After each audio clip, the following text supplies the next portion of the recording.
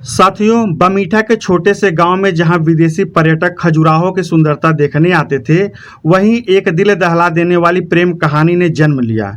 रचना और नीरज बचपन से ही एक दूसरे से प्रेम करते थे, पर उनका प्यार साधारण प्रेम नहीं था। यह प्रेम की उस अवस्था का प्रतीक था जहां आत्मा का मिलन होता है। वे एक दूसरे के बिना जीने की कल्पना भी नहीं कर सकते थे।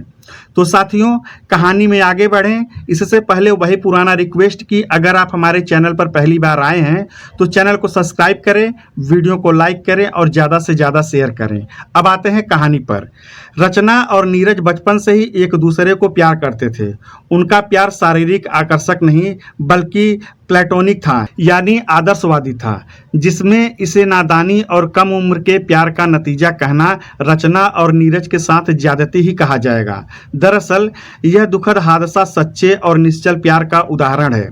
जरूरत इस प्यार को समझने और समझाने की है जिससे फिर कभी प्यार करने वालों की लाशें किसी पेड़ से लटकती हुई न मिलें।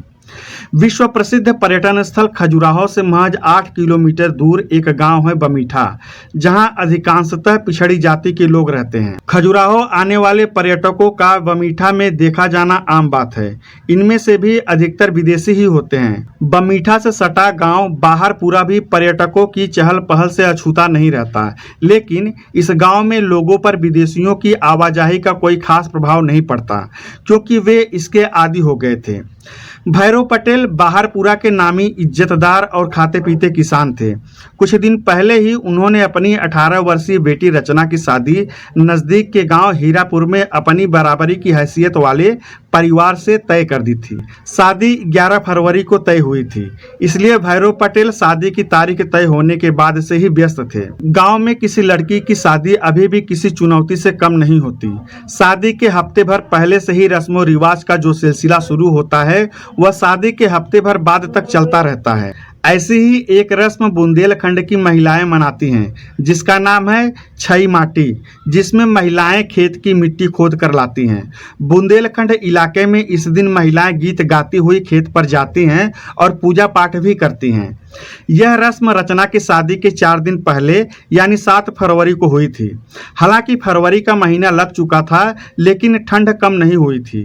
भैरव पटेल उत्साहपूर्वक आसपास के गांव में जा जाकर बेटी की शादी के कार्ड बांट रहे थे। कड़कड़ाती सर्दी में वे मोटरसाइकिल लेकर एकदम सुबह निकलते थे तो देर रात तक वापस आते थे। 7 फरवरी को भी वे कार्ड बांटकर बाहरपुरा की तरफ लौट रहे थे कि तभी उनकी पत्नी का फोन आ गया। मोटरसाइकिल किनारे खड़ी कर उन्होंने पत्नी से बात की तो उनके पैरों तले से जमीन खिसक गई। पत्नी ने घबराहट में बताया कि जब वह छई माटी की रस्म पूरी करके घर आई तो रचना घर में नहीं मिली। वह सारे गांव में बेटी को ढूंढ चुकी हैं। पत्नी की बात सुनकर उन्होंने बेसब्री से पूछा, और नीरज?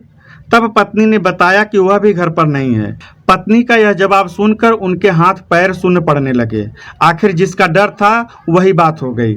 20 वर्षीय नीरज उन्हीं के गांव का लड़का था। उसके पिता सेवापाल से उनके पीढ़ियों के संबंध थे, लेकिन बीते कुछ दिनों से ये संबंध दरकने लगे थे, जिसकी अपनी एक वजह भी थी। इस वजह पर गौर करते हुए भैरव पटेल ने फिर मोटरसाइकिल स्टार्ट की और तेजी से गाँव की तरफ चल पड़े। रचना और नीरज का एक साथ गायब होना उनके लिए चिंता और तनाव की बात थी। 4 दिन बाद बारात आने वाली थी। आसपास के गांवों के साथ रिश्तेदारों और समाज में बेटी की शादी का ढिंढोरा पिट चुका था। यह सवाल रह रहकर उनके दिमाग को मथ रहा था कि कहीं रचना नीरज के साथ भाग तो नहीं गई। अगर ऐसा हुआ तो वे और उनकी इज्जत दोनों कहीं के नहीं रहेंगे। फिर क्या होगा, यह सोचते ही शरीर से छूटते पसीने ने कड़ाके के जाड़े का भी लिहाज नहीं किया। जब भैरव पटेल गांव पहुंचे तो यह मनहूस खबर आम हो चुकी थी कि आखिरकार रचना और नीरज भाग ही गए। काफी ढूंढने के बाद भी उनका कोई पता नहीं चल पा रहा था। घर आकर उन्होंने नजदीकी लोगों से सलाह मशवरा किया और रात 10 बजे के लगभग चंद्रपुर पुलिस चौकी जाकर बेटी की गुमशुदगी की रिपोर्ट दर्ज करा दी। उन्होंने नीरज पर रचना के अपहरण का शक भी जताया था। थाना इंचार्ज डीडी साक्य ने सूचना दर्ज की और कार्रवाई में जुट गए। बुंदेलखंड इलाके में नाक सबसे बड़ी चीज होती है। एक जवान लड़की जिसकी शादी 4 दिन बाद होनी हो, अगर दुल्हन बनने से पहले गांव के ही किसी लड़के के साथ भाग जाए और यह बात सभी को मालूम हो जाए तो लठ फरसे और गोलियां चलने में भी देर नहीं लगती। इसलिए पुलिस वालों ने फुर्ती दिखाई और रचना और नीरज को ढूंढना शुरू कर दिया। डीडी साक्य ने तुरंत इस बात की खबर बमीठा थाने के इंचार्ज जसवंत सिंह राजपूत को दे दी। वह भी बिना वक्त गंवाए चंद्रपुर चौकी पर पहुंच गए। पुलिस अधिकारियों ने अपनी संक्षिप्त मीटिंग में तय किया और दोनों अभी ज्यादा दूर नहीं भागे होंगे, इसलिए तुरंत छतरपुर बस स्टैंड और खजुराहो रेलवे स्टेशन की तरफ टीमें दौड़ा दी गई। रचना और नीरज कहीं भी जाते, उन्हें जाना इन्हीं दोनों रास्तों से पड़ता। पुलिस ने खजुराहो रेलवे स्टेशन और छतरपुर बस स्टैंड सहित आसपास के गांव में खाक छानी, लेकिन रचना और नीरज को नहीं मिलना था, सो वे नहीं मिले। आधी रात हो चली थी, इसलिए अब सुबह देखेंगे, यह सोचकर बात टाल दी गई। इधर बाहरपुर में भी मीटिंग के दौर चलते रहे, जिनमें नीरज और रचना के परिवारजनों को बच्चों के भागने से ज्यादा चिंता अपनी इज्जत की थी, खास तौर से भैरव सिंह को, क्योंकि वे लड़की वाले थे। ऐसे मामलों में छीछा लेदर लड़की वाले की ही ज्यादा होती है। बस एक बार रचना मिल जाए तो सब संभाल लूंगा, जैसी हजार बातें सोचते सोचते भैरव सिंह बार बार कसमसा उठते थे। अंत में उन्होंने भी हालात के आगे हथियार डाल दिए और अब सुबह देखेंगे कि क्या करना होगा। और सब रात को अपने अपने घरों में कैद हो गए। सुबह सूरज उगने से पहले ही नीरज की मां रोज की तरह उठकर मवेशियों को चारा डालने गांव के बाहर अपने खेतों की तरफ गई तो आम के पेड़ को देखकर चौंक गई। रोशनी पूरी तरह से नहीं हुई थी, इसलिए वे एकदम से समझ नहीं पाई कि पेड़ पर यह क्या और क्यों लटक रहा है। जिज्ञासावश वह पेड़ के नजदीक पहुंची तो ऊपर का नजारा देखकर उनकी चीख निकल गई। पेड़ पर रचना और नीरज की लाशें झूल रही थी। वह चिल्लाते हुए गांव की तरफ भागी। देखते ही देखते बाहरपुर में हाहाकार मच गया। अलसाए लोग खेत की तरफ दौड़ने लगे। कुछ डर और कुछ हैरानी से सकते में आए लोग अपने ही गांव के बच्चों की एक और प्रेम कहानी का यह अंजाम देख रहे थे। भीड़ में से ही किसी ने मोबाइल फोन पर पुलिस चौकी में खबर कर दी। पुलिस आती इसके पहले ही लव स्टोरी पूरी तरह लोगों की जुबान पर आ गई। इस छोटे से गांव में सभी एक दूसरे को जानते हैं। गांव में एक भी मिडिल स्कूल नहीं है। इसके बाद की पढ़ाई के लिए बच्चों को चंद्रपुर जाना पड़ता है। नीरज की रचना से बचपन से ही दोस्ती थी। 8वीं के बाद उन्हें भी चंद्रपुर जाना पड़ा। सभी बच्चे एक साथ जाते थे और एक साथ वापस आते थे। सबसे समझदार और जिम्मेदार होने के चलते आने जाने का जिम्मा नीरज पर था। बच्चे खेलते कूदते मस्ताने आते जाते रहते थे। यहीं से इन दोनों के दिलों में प्यार का बीज अंकुरित होना शुरू हुआ। दोनों जवानी की दहलीज पर पहला कदम रख रहे थे। बचपना जा रहा था और दोनों में शारीरिक बदलाव भी आ रहे थे। साथ आते जाते रचना और नीरज में नजदीकियां बढ़ने लगी और कब दोनों को प्यार हो गया उन्हें भी पता नहीं चला। हालत यह हो गई थी कि दोनों एक दूसरे को देखे बगैर नहीं रह पाते थे। यह प्यार प्लेटोनिक यानी आदर्शवादी था, जिसमें शारीरिक आकर्षक कम, एक रोमांटिक अनुभूति ज्यादा थी। बाहरपुर से लेकर चंद्रपुर तक दोनों तरह तरह की बातें करते जाते थे तो रास्ता छोटा लगता था। रचना को लगता था कि यूं ही नीरज के साथ चलती रहे और रास्ता कभी खत्म ही न हो। यही हालत नीरज की भी थी। उसका मन होता कि रचना की बातें सुनता रहे, उसके खूबसूरत सांवले चेहरे को निहारता रहे और उसे निहारता देख रचना शर्म से सर झुकाए तो वह बात बदल दे। दुनियादारी, समाज, धर्म और जाति की बंदिशों और उसूलों से परे यह प्रेमी जोड़ा अपनी एक अलग दुनिया बसा बैठा था। अब दोनों आने वाली जिंदगी के सपने बुनने लगे थे। ख्वाबों में एक दूसरे को देखने लगे थे। अब तक घर और गांव वाले उन्हें बच्चा ही समझ रहे थे। इधर इन बच्चों की हालत यह थी कि दिन में कई दफा एक दूसरे को आई लव यू बोले बगैर इनका खाना नहीं पचता था। दोनों एक दूसरे की पसंद का खास ख्याल रखते थे। यहाँ तक कि टिफिन में खाना भी एक दूसरे की पसंद का ले आते थे और साथ बैठकर खाते थे। प्यार का यह रूप कोई देखता तो निहाल हो उठता था, लेकिन सच्चे और आदर्श वाले प्यार को नज़र भी जल्दी लगती है। यह बात भी 100% सच है। रचना तो नीरज के प्यार में ऐसी खोई कि कापी किताबों में भी उसके प्रेमी का चेहरा नजर आने लगा। नतीजन 9वीं क्लास में वह फेल हो गई। इस पर घर वालों ने स्कूल से उसका नाम कटा दिया, लेकिन उसके दिलो दिमाग में नीरज का नाम कुछ इस तरह लिख गया था कि दुनिया की कोई ताकत उसे मिटा नहीं सकती थी। स्कूल जाना बंद हुआ तो वह बिना नीरज के और बिना उसके नीरज छटपटाने लगा। दिन भर घर में पड़ी रचना मन ही मन नीरज के नाम की माला जपती रहती थी और नीरज दिन भर उसकी याद में खोया रहता था। सुबह जैसे ही स्कूल जाने का वक्त होता था तो रचना हिरणी की तरह कुलांचे मारते सड़क पर आ जाती थी। दोनों कुछ देर बातें करते और फिर शाम का इंतजार करते रहते। जैसे ही आने का वक्त होता था तो रचना गांव की छोर पर पहुंच जाती थी। दोनों का दिल से अख्तियार हटने लगा था। कुछ ही दिनों बाद जैसे ही नीरज बच्चों के साथ वापस आता तो दोनों खेतों में गुम हो जाते थे और सूरज ढलने तक अकेले में बैठे एक दूसरे की बाहों में समाये दुनिया जहान की बातें किया करते थे।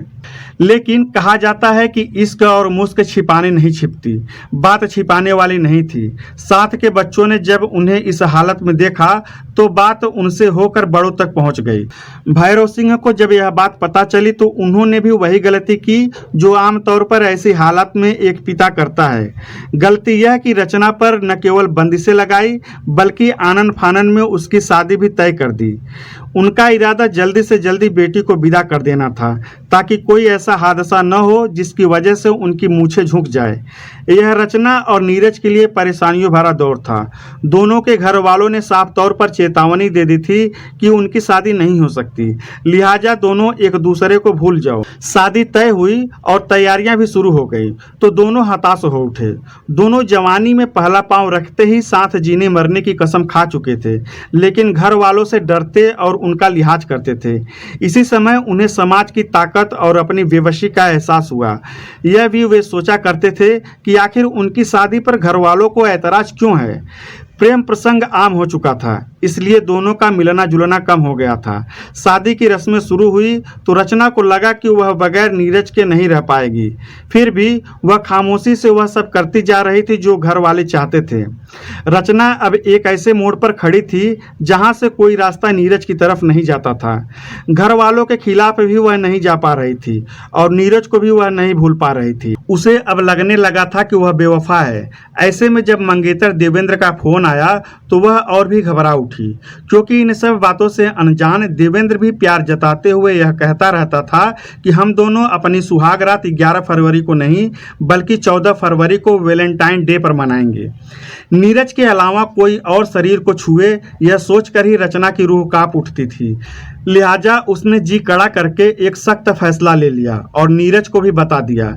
जिंदगी से हताश हो चले नीरज को भी लगा कि जब घर वाले साथ जीने का मौका नहीं दे रहे हैं तो न सही, रचना के साथ मरने का हक तो कोई नहीं छीन सकता। 7 फरवरी की दोपहर जब मां दूसरी महिलाओं के साथ छई माटी की रस्म के लिए खेतों पर गई तो रचना घर से भाग निकली। नीरज उसका इंतजार कर ही रहा था। दोनों ने अपनी जीवन लीला खत्म करने से पहले पेड़ के नीचे नीरज ने रचना के मांग में सिंदूर भरा, फिर सुहाग रात मनाई। फिर दोनों एक दूसरे को गले लगाकर पेड़ से लटक गए। दोनों के शव जब पेड़ से उतारे गए तो गांव वाले गमगीन थे। जिन्होंने अभी अपनी जिंदगी जीनी शुरू भी नहीं की थी वे बेवक्त मारे गए। दोनों के पास से कोई सुसाइड नोट नहीं मिला था। पोस्टमार्टम के बाद शव घर वालों को सौंप दिए गए और दोनों का एक ही स्मशान घाट पर अंतिम संस्कार हुआ।